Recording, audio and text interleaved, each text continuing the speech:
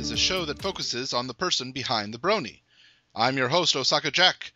Please sit back and relax as we talk to this week's guest Brony. Hello everyone, this is Osaka Jack with Into the Spotlight on Everfree Network. With me today I have someone who has just one of the most difficult names I've come across. Correct me, it's Michael Pallante, right? You left out a C. It's Mick. You got to get that in there. Michael. Okay. Pallante. Pallante, right? Okay. How are you today? I am excellent, my friend, and I assume you're doing well as well. It's still AM, which is usually 8 me, but I'm doing all right, I suppose. Oh, that's good to hear. Yeah. Oh, I should. Okay. For any sticklers, yes, this is Michael Pallante. Hi. Yes. Now you recognize him? See? Okay, all right, that's better. Yeah. Well, if anybody is not familiar with what you do, could you describe? The shortest way to say it is I make Brony music and a lot of it. For about the last year and a half, I put out exclusively rock songs, but in the past few weeks, I've decided to maybe get out of my comfort zone a little bit. Oh. I think one of the best things I've seen recently is someone insisted, no, you don't understand. I'm never in my comfort zone. I'm never comfortable.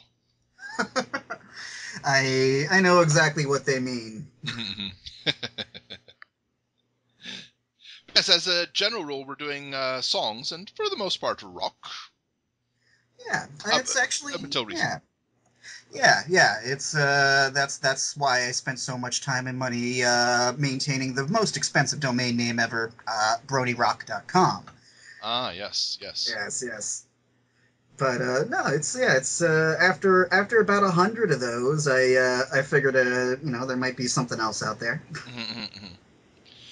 I've heard rumors of other types of music, but I'm not willing to give it a chance yet.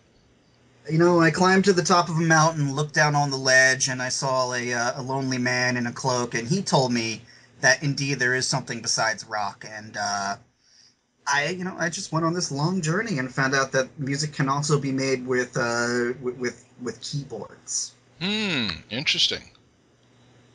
Like keyboards hitting guitars as picks, I'm thinking?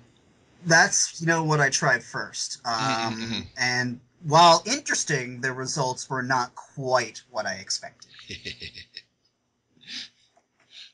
I'm reminded of, I cannot for the life of me recall his name right now, but the person who did the original song I Want Candy had no training whatsoever in how to play guitar. He had no idea. So he taught himself, which is why it has that odd sound, because he's not really playing guitar as a guitar, he's playing it as a percussion instrument. Yeah, no, that's not the most uncommon thing I've ever heard, and it's not out of the realm of possibility to play a stringed instrument like that. Oh yeah, it's a little bit like oh man, I'm gonna just completely lose all my credibility and say I can't remember the name of the guy from the Beach Boys, but the guy that was the lead songwriter in that, the way he approached it was, yes, thank you for saving me on that. Honestly, I'm only saved because of Bare Naked Ladies. But anyway, moving on. Yeah, no, the way he approached it was he wasn't so much playing guitars, but he would just look at the guitar and see what interesting shape his fingers could make. And that was the chord that the song was going to go with, so. There's all sorts of ways to do it. Yes, of course. When you are doing the music, do you actually use guitar and other instruments, or is it mostly just keyboard instrumented guitars? Ooh, it's a little of both. All the guitars are they're absolutely real. Long before September 10th, 2010, when Ponies came into existence, I was in other bands. October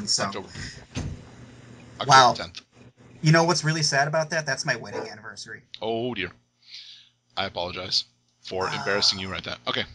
No, that's all right. Sorry, but long before that, I was in other bands, and so I got I have a full music studio, so all of the guitars are recorded live. Most of the keyboards are recorded live.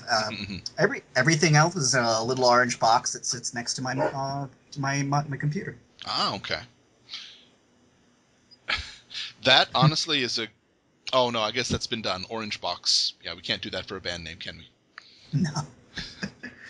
Not unless you want to get specific Portal and Team Fortress 2 and Half-Life 2 music. Yeah, okay. You're talking about games. Yes. Okay. I'm the least gamer person out there. Oh, okay. Valve has a collection called the Orange Box, which includes the game Portal, Team Fortress 2, and some of the Half-Life 2 games. All in the same collection. It's called the Orange Box. So, as someone that owns and plays a Wii, this is news to me. I was full on total 100% Nintendo fan until the Wii. Really? Just because I don't have space in my apartment, and when I'm playing a game, I do it specifically to relax as much as possible, which means the fewest amount of motor skills needed. So I didn't have to move my hands for it. Yeah, I guess I could see that, but for me I hadn't bought a new system in a long time until I got the Wii, so. Yeah, if somebody enjoys it, that's fine, absolutely. Just, for me, the Wii made Link right-handed.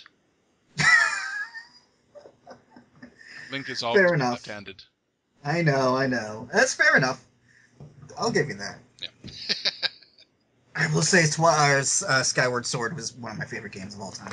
It does look really good. I do kind of wish I would get it, but at the same time, I've forced myself to not get any game system for a single game.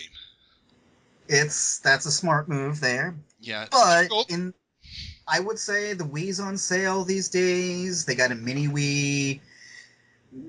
You know, not that I'm, tapping on your shoulder with a little pitchfork and some devil horns, but... You were tempting me to buy meat earlier, and you're really good at this temptation stuff. I told you I have to save money, and it's got to be cheap pasta for the next 8 days, and I don't have money to afford those wonderful-looking maple breakfast links. You could be extremely happy for 1 day or miserable for 8. The 1 day of happiness would be followed by 7 days of not eating. So I'm thinking probably no right now. I'll get you. I'm not giving up on it. Yeah, I know. And honestly, if I lived in an area that had more, trees and stuff, I could just pick off some leaves and use those. Because if video games have taught me anything, is that any plant is edible. Well, if video games have taught you anything, that means you can just go mow the lawn and find some precious gems. Exactly, yes. If only Osaka had grass. Today I learned Osaka has no grass. Yes. Recently, a few years ago, I took a vacation to a very rural area of Japan. And I actually have a video of it. I was so excited to be able to walk through leaves. Like, listen, it makes a crunchy sound. I haven't heard you in years. I can say I could not live without that. I'm the most suburban person ever. I need grass and leaves, and concrete is foreign to me. Oh, I love it, absolutely. But at the same time, allergy season is no more than a day and a half for me at this point. I don't have allergies. Oh! You can... Yeah. All right, after we stop recording, I can tell you where to go and what to do with the item and which verbs to use. But... I'm assuming... Yeah, okay.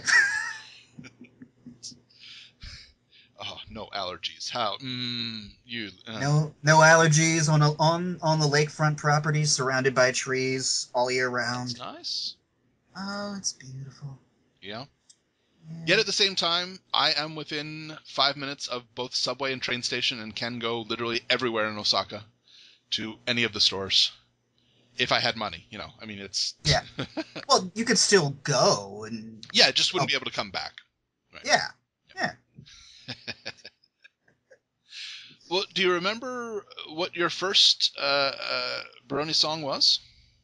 Yeah, actually. My very first Brony song was... Oh, and you know what? It's 100 songs ago, and so the name is gonna get at me. But it was about Fluttershy.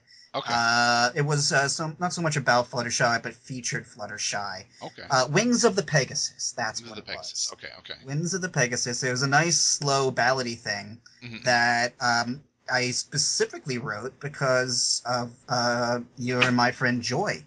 Oh, Um, right, right, right. she turned me on to some of Haymaker Pony stuff, and it Okay. was just so beautiful, and I really enjoyed the ballad so much that I thought, well, why don't I try that? Mm-hmm, mm-hmm. I know how to write songs. I have a computer that records things. I bet you I could do that. Mm. And it was about Fluttershy Mm-hmm. trying to cheer up one of her friends. Oh, okay. Cause yeah, but yeah, without our friend Joy and Haymaker just really being such a great artist and inspired me to try and do it as well, I wouldn't Mm-hmm. have gotten into it. I Oh, would have right. just been happy to listen and go, well, that stuff's neat, isn't it? I'm glad other people. I'm glad other people put in the effort, but But not I for you, got, I see. yeah. We've mentioned that you preferred or have preferred up until recently the rock and or ballad versions. What has been the instrument of choice?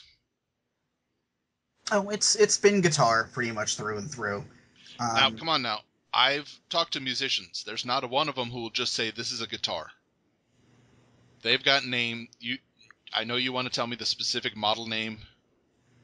oh yeah. It's a Jackson Sharktooth Flying V Black Double Humbuckers. Yeah, it's Okay. that I waited for that guitar for so long. I had been in metal bands playing whatever I could afford for about 15 years, and then finally I came into some money, and I went to the store.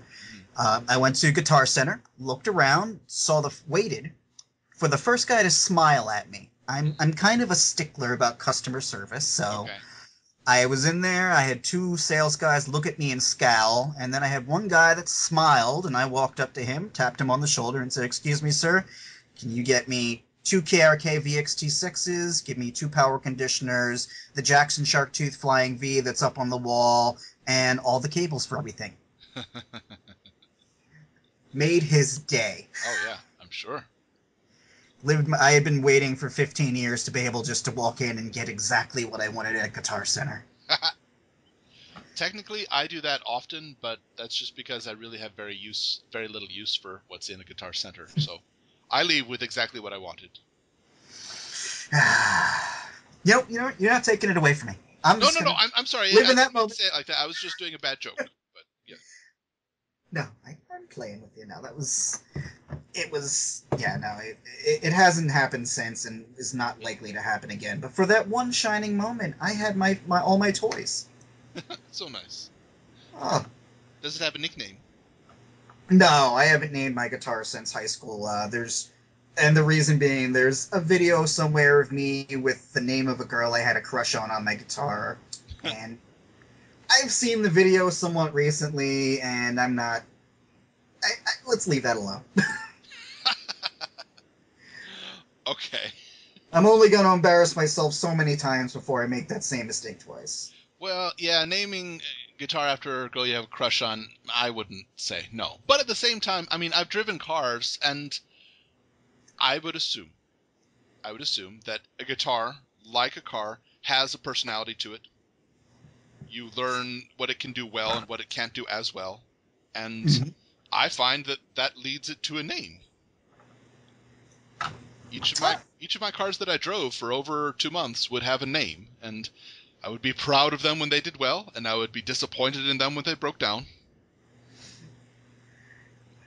With all that I put my guitar through, I would feel really guilty if it had a name. The poor Okay, girl. there we go. That's the name. Poor girl. Oh, that's gonna stick too. Yes, it is. That next time I'm even able to, I'm gonna pick up that poor little shark tooth and just mumble to myself, "Poor girl. Mm-hmm. Yep. I'm sorry for what it's about to happen, but you are gonna play some ska with me. It's gonna." Ouch. Yep. Huh. Well, let's go flip side of that. Of course, Little Orange Box can do quite a lot, but What instrument that you have played is in your man, I don't ever want to touch one of these again box? All of them right now, actually. It's I used to play piano. I used to play bass and guitar. If I had to choose one instrument not to touch again, it's bass because I have tiny hands. Okay. And yeah, it just gets embarrassing. But right now, the reason that I've had to change up a lot of things that I'm doing is because I have severe onset of rheumatoid arthritis. Okay. Yeah, even picking those instruments up and playing them for more than 20 minutes at a time is a unique kind of torture. Well, sure. I mean, worth it. The few rare times that I have picked up a guitar, it hurts if you're playing it for my little soft hands that are used to teaching kids and using crayons cannot handle your rough vibrating strings. Which sounds a lot dirtier than I intended it to. But the point remains. Wasn't going to touch that one. No, man, that thing, it's a vicious instrument. You can cut yourself with that. Sure. It's dangerous. They should not let them in the hands of amateurs for a lot of reasons. But no, they can, right now it's really unpleasant to play in anything except a keyboard. So, my poor girl... I know that often people refer to guitars as axes, but I would prefer the cheese grater ones, because that's how it feels on the fingers more. You know, you're supposed to change the strings. When they get all brown and rusty, you're probably not well advised to go and trying to play with those. Yeah. No. But well, is the onset, is that related to? I wanted to mention about 4 months ago, you posted something on your channel that said goodbye and thank you. Oh, yeah. Actually, there's sort of two different verticals that converged in me having to put that song up. Okay. One of them being the arthritis. When I first started doing the pony music back in the tail end of 2011, I did it for about 3-4 months, and I had to take another 3-4 month break because I was putting out such a volume of music that my joints just could not take it, and I was suffering for it. And it got a little better. I started taking care of myself, but then with just before I ended up posting goodbye and thank you, I'd had a really bad flare up. It was, I mean, like, honestly, it was some days getting out of bed was, if possible, very, very painful. And it's, the point where I simply just needed treatment, and the only way I could get that was to get insurance. And to do that, I had to work a job, and that job was in direct marketing. Oh, my. And I'd been, before that, I'd been, an agency guy for years, so I was used to, I was used to the liquid lunch, the whole, power 3 martini thing. Sure. We got a client, we went and we had, a good time about it. Right. So I went from that to a very demanding job, just so I could take care of medical stuff. Sure. And there was actually a conflict. They did not want me, because of my relationship with the client, being a public fan of My Little Pony. Okay. It caused a bit of a conflict, and when it came down to it, it's something I couldn't quit my job over because I was sick. So I ended up just, it wasn't. I ended up posting a goodbye and thank you because I really didn't think in the near future I'd be able to do music again. Not do music, do pony music again. And sure. The tone of the song was very, it was kind of a bittersweet thing. It was, I really don't want to have to do this, but instead of that, I really had so much fun doing it. And it really, the thank you part of it is what I hoped people would remember less than the goodbye. Right. The situation changed, though. That particular job was not working out, and I was very lucky to get out of marketing and get into a new job. Nice. That encourages me to do this stuff. Good. The boss there, one of my bosses, he's an old school punk, loves music. The other guy, I showed him the website, I showed him BronyRock.com, and he laughed and said they just thought it was wonderful. And not to mention, they offer just wonderful insurance. Very so, good. So I've been able to start taking care of some of the health problems the arthritis is still bad, but I'm still able to really just do music again and not have to worry about any of the stuff that I was worrying about before. So Right. It isn't yeah, so much that everything has gotten all peachy keen. It's just now you have a safety net, and you yeah, know that it's possible to be taken care of if something goes wrong. yeah. It's the arthritis is something that's going to get worse. Yeah. Um, so at least I can start slowing that down. Right. And that's what that is. And it's something that as long as I can do that, I can continue to make music the way that I like. Uh, I mean, like I said, I enjoy electronic music. It's something I've been very passionate about all my life. But I'm a guitar guy, and not being able to play guitar for that time was crushing. But I'm sure. it changed, and luckily I was so glad when I got to come back and start writing new songs again. That's great.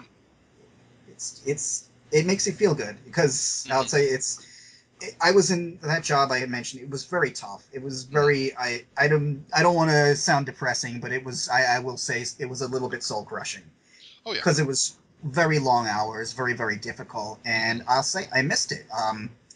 The cool thing about writing Brony music is that everybody's, they're really chatty. So if you write a good song, people tell you, and it feels good. Yeah, that is good. You work, for long hours to make something that you think is pretty cool, and you're not sure if people are going to like it or not. And you upload it to YouTube, and then, 20 minutes later, someone says, "Hey, good job, man," and it feels good. It's after being in such a lonely job and such an isolated place, the fact that I was able to come out of that and get, just talk to people again. Yes, it was awesome. It was awesome. Yeah, you were able to surface and breathe again.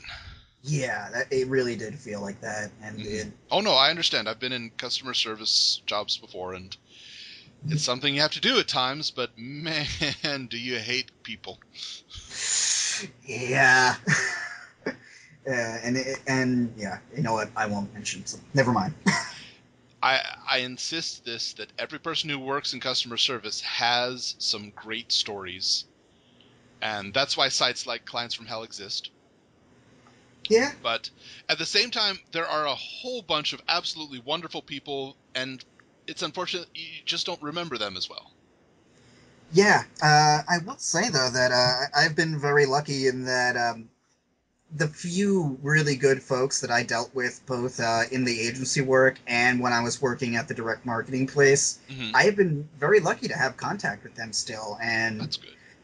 Yeah, I like what you're saying with it. I choose to think about it less as I could be very angry at the people I worked for, but I might as well be very happy that I had the opportunity to work there. Yeah.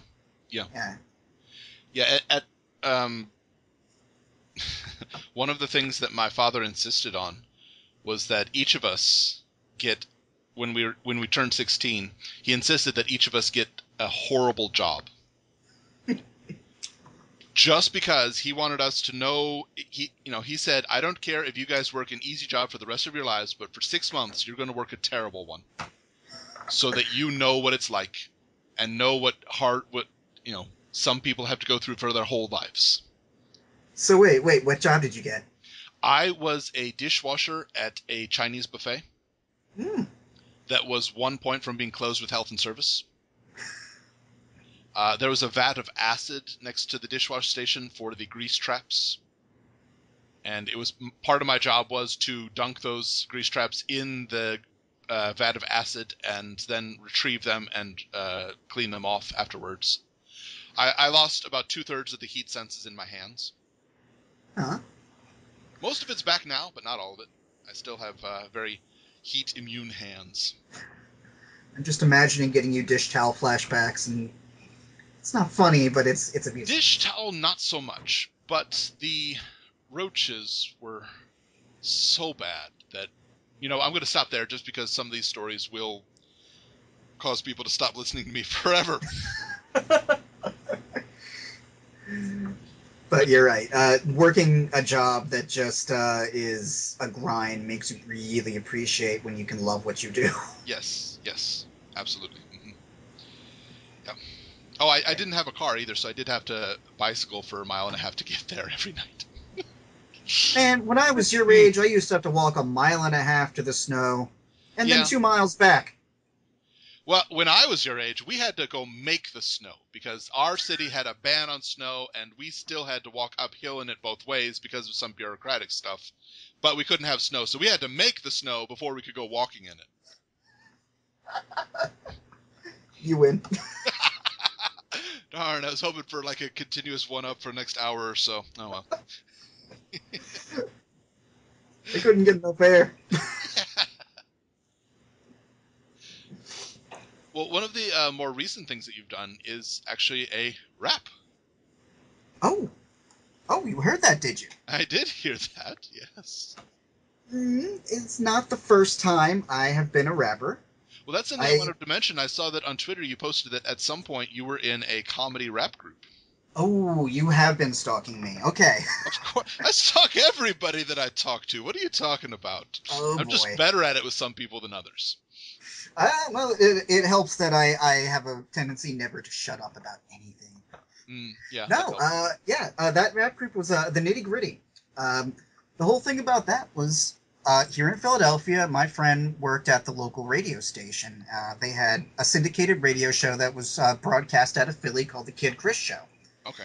And somehow, for some reason, we started writing rap songs for this comedy show. It was, a variety show or whatever they call them these days. We started writing rap songs for it, and we ended up doing an entire album and having these songs played on the radio. We were invited to radio events, and I was just the DJ.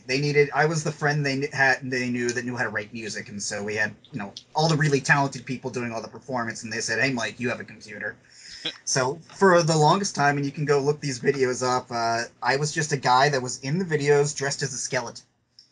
I was DJ Skeleton with a cowboy hat on because I was the DJ dressed like a skeleton with a cowboy hat on. So you can see it was such an apropos name. A very, very... It goes over a lot of people's heads, but the name was actually describing me. So we did this for actually a very long... not a very long time, for about maybe 2 years. And we ended up actually getting signed to Orange Freeze Records. Oh, wow. Orange Freeze Records was owned by Rich Cronin of LFO, who was actually a very good friend to us. And unfortunately, nothing came of that, and he passed away before we were able to release anything. But we ended up doing a lot of really cool stuff. I actually I have a lot of, or rather, some unreleased material from Rich that he recorded at my house, and he was on a lot of painkillers actually for his treatments. And he came over one day, and I guess maybe he'd had a few too many, or maybe just enough, and he wrote the most absurd and bizarre rap song I have ever heard. And we're actually all in the process of restoring that now to do a little bit of a reunion, so that's eventually going to come out. But yeah, no, we went on a southern tour. We did this whole thing. We played the radio, and it was... The entire basis of it was to write the most obnoxious music possible and to get free drinks at bars. And we even have a song called "We're the Nitty Gritty, so please give us free drinks." No one ever did, but that didn't stop us from playing it at every single place we went. Sure. Gotta try. Yeah, the southern tour, we had that was a disaster because we were very offensive comedy rap band. Okay. That the very first gig of the tour was at a Christian open mic in southern Georgia. Oh my. I'm not going to quite explain what happened there, but I'll just say that it was very bad. Just tell me it stopped short of actual torches and pitchforks. It stopped just short of that. Okay. Yeah. We learned a lot of things about Georgia that we did not know before. Yeah. But the very, very best part of that tour was actually, it was New Orleans, because that's the greatest city on earth, and I have no shame admitting that.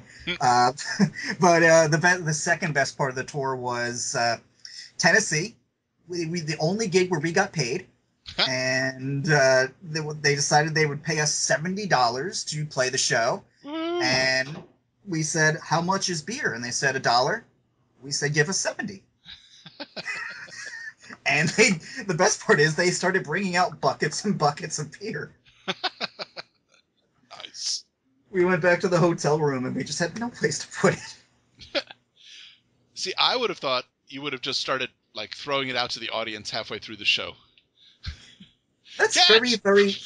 Let me just say, you are so sweet for assuming we had an audience. Oh, yes, that's true. And rebuttal, if you start throwing out beer, you will get an audience. So, are you looking to get into music management by chance? I still need to work a little bit in customer service. I have 15% of my soul left. After I do that, I'll work in music management, no problem. Well, then it'll be gone by then. Yep. Or I should say opposite of that, no soul required. Yeah, which is a shame. I like R&B, but... Okay, bad joke. Oh! I got it. That was very funny. Yay, I make jokes that nobody laughs at. Woohoo! I'm ready for the comedy tour now, too! Yeah. Well, we were a comedy hip-hop band, and let me say, no one was laughing. Oh. Well, or laughing with you, anyway. Yeah. It sounds like an interesting experience, though. I got to dress up like a skeleton and make a complete fool of myself for, every other weekend for 2 years.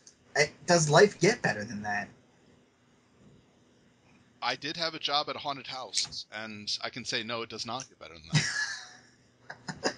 Yeah, no, it's the tops. Yeah. But it was funny too. As soon as I posted that live from Manhattan Brony Rock rap, I actually called all the old band guys and had them listen to it, and they were very surprised to hear that I was still doing absurd things. They're like, "Wait, we all stopped this. You're still at it?" Oh yeah. Just responding with, "You guys stopped? Man, I've been waiting for you guys to get back to me on that collab we agreed on." That's a little kind of close to the truth. I didn't know we'd stopped. Oh my. I have half an album written for these guys. Oh jeez. It'll happen, man. Reunion. Just, we'll call it the DJ Skeleton with the cowboy hat and his mime backup group. Half the tracks will just be stone silence. I actually had a friend who did that. I forget what it was called. It was the Daryl Halls or something like that, or the Oats or something. But it was one of those groups that was that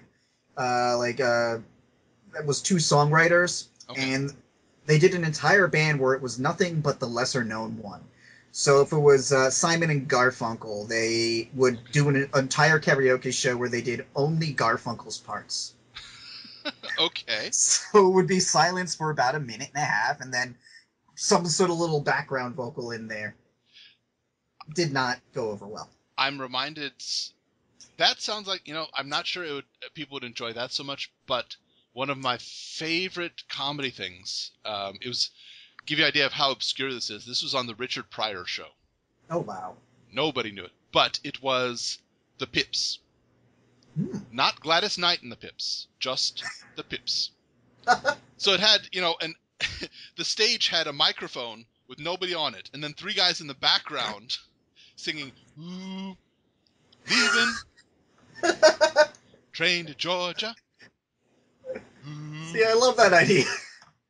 It was great. It was hilarious. You can find that on YouTube, checking for it. It's so funny to watch the Pips.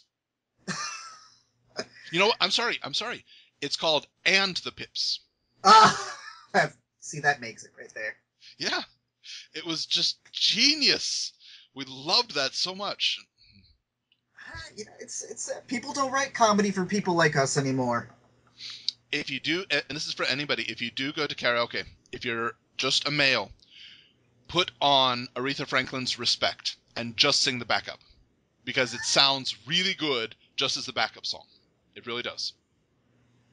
If people have somewhat of a sense of humor, they will laugh. And you get to do the Sakatumis. So, Ooh. Suck it to me, suck it to me, suck it to me, suck it to me, Suck it to me, suck suck it it to me. to me. Ooh, just a little bit. That's the whole reason anyone ever puts that song on anyway. Yeah, pretty much. Yeah. Who needs a lead singer? We got backup. We're fine. That's more infectious than the baby back ribs, so. Oh, yes. I just put that in your head, and you're going to wake up hours from now going, my baby back, baby back, baby back, baby. I can tell you actually a quick funny story on that. When Austin Powers came out, and they had the character Fat Bastard singing that, people over here, the foreigners over here, loved it. It was really, really funny. But the Australians had no idea about Chili's restaurant. They had never seen those ads before, and they still thought it was funny. They gained an entire new level of it when we explained, no, that's an advertisement. Really? Yeah, it's for, here, let me find it. It's for a restaurant, and they sing this song about baby back ribs, and like, oh, I thought it was just some funny theme he had made up. Oh, that's great. Oh man, that reminds me of the time I was working at a coffee shop right by a high school, and a bunch of 13 and 14-year-olds came in to buy some coffee, and I don't know how it got down to it, but I had to be the one to break the news to them that Mark Wahlberg was in fact Marky Mark in the Funky Bunch. They're like, no man, this guy's in all the cop movies, he's ripped, he's tough, he's the best action star ever. I'm like, dude, you have no idea what you're about to see. Yeah. They could not believe it. It broke their hearts, broke their little hearts. Honestly, for me, I see that less of a... I'm sure it broke their hearts at the time, but really, who doesn't have that dorky phase? And if he can transcend Funky Bunch, there's hope then for there's us all. hope for us all? Exactly. We all have hope of graduating past our own Funky Bunch. I'm gonna leave this hour with Mark Wahlberg being my new personal guru and hero. Thank you.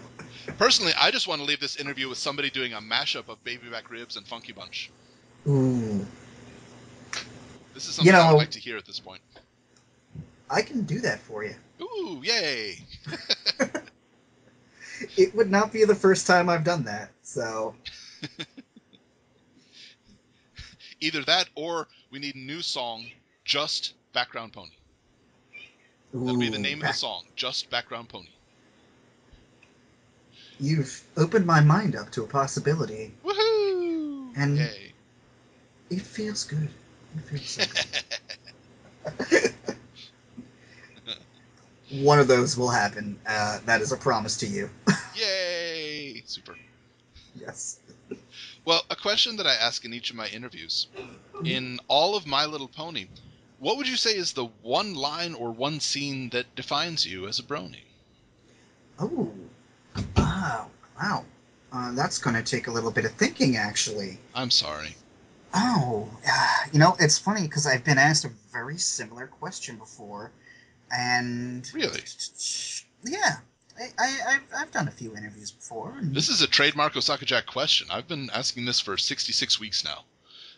Well, I hate to tell you, but someone might be ripping you off. I'll take it as imitation is the sincerest form of flattery, but I hope they'd give me credit. I'll say the answer is, and this is actually the answer I always give when asked about any moment in the show. Okay. Not so much a line, but it's more or less the idea of Cranky Doodle Donkey walking from one end of the world to the other looking for his love. Okay. I thought that was absolutely the most romantic episode I'd ever seen. He spent his entire life walking from one end of the coast to the other, from sea to sea, because he knew in a moment that he'd found the perfect, I guess donkey, I was going to say pony, but, and that, the idea or concept of that, kind of, it's always been my favorite moment, and it's always been... And this is going to be dramatizing it way out of proportion, but I kind of think of that as a bar I like to measure myself against. Would I go that far? Am I that passionate about it? And it's made me reflect on the things I do. Yeah. Maybe I'm taking it to heart too much, but Cranky Doodle Donkey is the most inspiring pony of all. I can see this.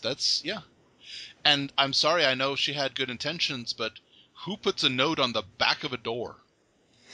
Matilda, come on now. If it's this important to you, which obviously it was, you don't just leave a note taped to the back of the door. And flimsily taped too, so that, even closing the door causes it to fly off. I've stopped trying to figure out Phillies long ago. Yeah. Now, I will not spoil anything. I know that as of recording this, episode 12 has just come out, and you haven't seen it yet. I won't say anything, except I will say that Matilda has a line. Really? Yes. Dude. I kind of want to hang up on you and go watch it right now.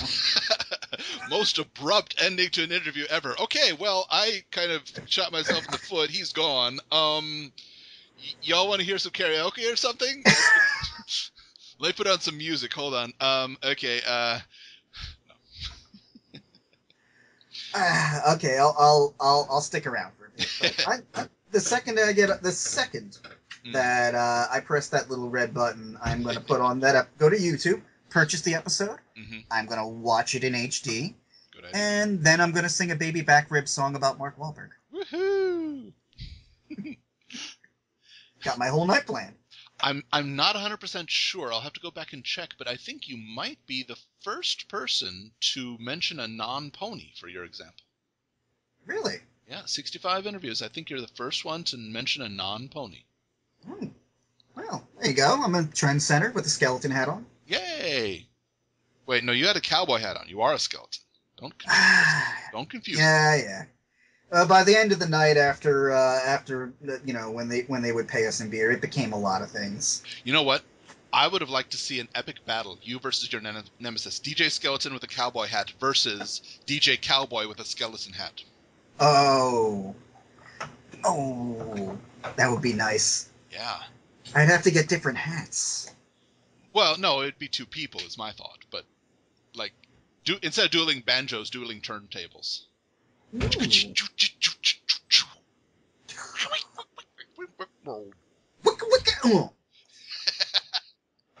Another thing I would like to hear, dueling banjos on turntables. I guarantee you can Google that and find that. Probably, yes. I would be, if you can find Ave Maria on bagpipes. Well, heck, let's even go a step further. Dueling bagpipes. Oh, that may be the most obnoxious thing I've ever considered in my life. Well, I mentioned it recently in my interview with Basic, but no, the most annoying thing ever would be accordion dubstep. I'm silent because I'm thinking about that. It would be incredibly deep bass and a very powerful sound, but yeah, I don't know anybody who would want to listen to it twice on purpose. You know, my father was a tri-state accordion champion. Interesting. Yeah. I have nothing against the accordion in of itself. It's just a very specific type of music is designed for accordions, and it's difficult to branch far beyond that. Oof, I am really considering it. I might add that to the list of absurd things to eventually try someday. Well, speaking of accordions, this week's episode... No, okay. You just... I don't know why you're trying to get back at me. Your finger's hovering over the hang up button, isn't it? You're just like... This is repayment for trying to get you to buy that meat, isn't it? It is, yes. Aww. Holding this over my head. Well, are there any projects coming up that will be released soon? Actually, yeah, there's a few. I don't know if how many people actually pay attention, but I generally release about one song a week, on average. Right now, I know I have a few for the new Brony Effects project that I do. That's the all electronic where I kind of just... I know I can't pick up a guitar anymore, but damned if I don't want to still have a lot of fun with everybody. Sure. So I know I've got a few coming up for that. I know I have one very intense trance song based on Pinky Apple Pie. And I also have one I've been toying with for weeks. I know how it sounds in my head, but every time I go to work on it, just something's a little off. Marin Manhattan, of course, based on Rarity Takes Manhattan. Sure. Yeah. I've got a few of those two coming up. But yeah, aside from that, it's just going to be a lot of me relearning about dance music and electronic music. Mm-hmm, mm-hmm. So I'm having a lot of fun because for the longest time it was just guitars, and Right. everyone knows a lot of the music out there is electronic and dance music in the community, and Right. I have to admit I resist it because there's so much out there that already is that. That's a good point. Yeah. But I'm having so much fun doing it, and it's That's important. That's definitely. I am just completely loving rediscovering what you can do with a synthesizer and Mm-hmm, mm-hmm. all that out there. I'm curious. There is a Chinese instrument. I can't remember the name off the top of my head, but there's a Chinese stringed instrument that you don't play with your fingers, but you actually have these little stringed mallets that you hit the strings on, and it plays the tune. I'm wondering if something similar could be done with one of your guitars. Like get some soft xylophone mallets and use those to hit the strings in different ways. I'm wondering if that could make a sound, which sounds, to me it sounds like it'd be easier on your hands. Well, the thing about that is, and I'll actually give you a real answer on that, I've done similar things. I actually used a lot of alternatives to picks when I was playing in metal bands, and especially when I was in music school. Mm-hmm. The thing about that is, you'd have to rig it up in a way that you could fret the guitar, because what really hurts is the left hand on the frets. That being said, there is sort of an alternative to that. There are ways to get around that, because really all you're doing when you're fretting the guitar is shortening the wavelength of the string to make it go higher. Right. Or lower, you're lengthening it. So there's some options out there. Mm-hmm. Guitar isn't out of my life right now, but it's something that I have to do very sparingly. Okay, understand. Yeah. Well, everybody, today we have been speaking with Michael Pallante. Has anyone ever tried to pronounce your name as the double L's with the Spanish y sound? Pallante? Oh, you know what? No one has. I get I'm first. Yeah, I get every other sort of variant of it. I get Michael Pallante, Pallanto. I had one time had Parante. No, you'd be the first with the Pallante. Excellent, Pallante, which sounds like an excellent hybrid of paella. Yeah, I sound delicious when you say it. You know what? Just make that your tagline from now on. I sound delicious.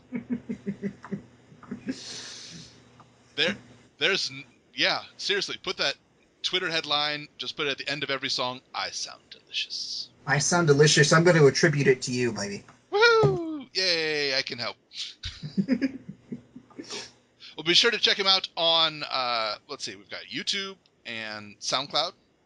Mm-hmm. And the BronyRock.com song site. Yes, indeed, sir. Other sites?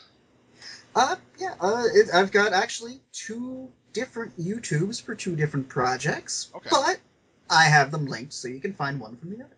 Okay. Yeah. Oh, thank you so much for coming by and speaking with us today. It has been my absolute pleasure. Yay. You're and funny. Now we both have projects to do. Yes, we do. Everyone, please check out Michael Pallante, who's pronounced correctly for once. Thank you. You're welcome. Everyone, this has been Into the Spotlight with Osaka Jack on Everfree Network. We'll catch you next time.